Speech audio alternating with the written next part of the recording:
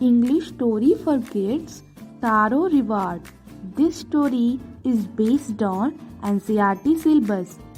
A young woodcutter named Taro lived with his mother and father on a lonely hillside. All the day long he chopped wood in the forest. Though he worked very hard, he earned very little money.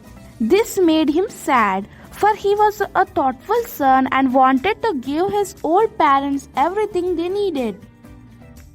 One evening, when Taro and his parents were sitting in a corner of their hut, a strong wind began to blow. It whistled through the cracks of the hut and everyone felt very cold. Suddenly, Taro's father said, I wish I had a cup of shake. It would warm me and do my old heart good. This made Taro sadder than ever, for the heart-warming drink called shake was very expensive, and Taro thought, How would I earn more money? he asked himself, How do I get a little shake for my poor old father? He decided to work harder than before. Next morning, Taro jumped out of his bed earlier than usual and made his way to forest. He chopped and cut and chopped and cut as the sun climbed, and soon he was so warm that he had to take off his jacket. He chopped and cut as the sun climbed, and soon he was so warm that he had to take off his jacket. His mouth was dry and his face was wet with sweat.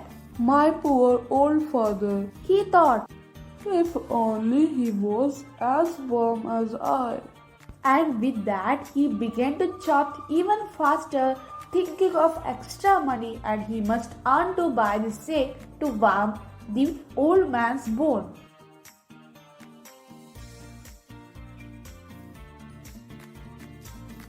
Then suddenly Taro stopped chopping.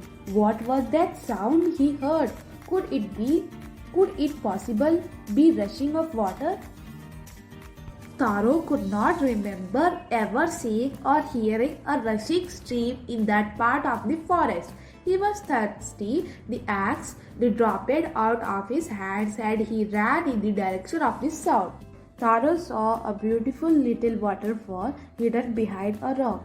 Kneeling at the place where the water flowed quietly, he cupped a little in his hands and put it into his lips. Was it water or was it sea? He tasted again and again, and always it was the delicious sea instead of cold water. Taro quickly filled the pitcher he had with heat and hurried to home.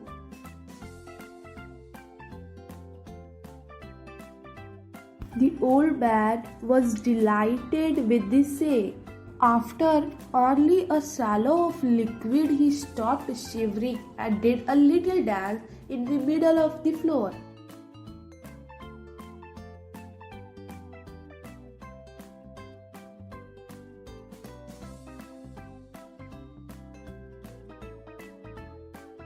That afternoon, a neighbor stopped by for a visit. Taro's father politely offered her a cup of shake. The lady drank it greedily and thanked the old man. Then Taro told her the story of the magic waterfall, thanking them for the delicious shake, and she left in a hurry. By nightfall, she had spread the story throughout the whole village. That evening, there was a long procession of visitors to the woodcutter's house. Each man heard the story of the waterfall and took a sip of the shake. In less than an hour, the pitcher was empty. Next morning, Taro started for work even earlier than morning before. He carried with him the largest pitcher he owned, for he intended first of all to go to the waterfall. When he reached it, he found, to the greatest surprise, all of his neighbors there. They were carrying pitchers, jars, bucket, anything they could find to hold the magic snake. Then one villager knelt and held his mouth under the waterfall to drink. He drank again and again and then shouted angrily, Water! Nothing but water! We have been tricked. They also tried, but there was no snake, only cold water. They shouted, but Where Taro is had Taro? been wise Let enough to us drown slip him behind in a this rock. waterfall. When he saw how things were going, he was nowhere to be found. Muttering their anger and disappointment, the villagers left the place one by one. Taro came out of his hiding place.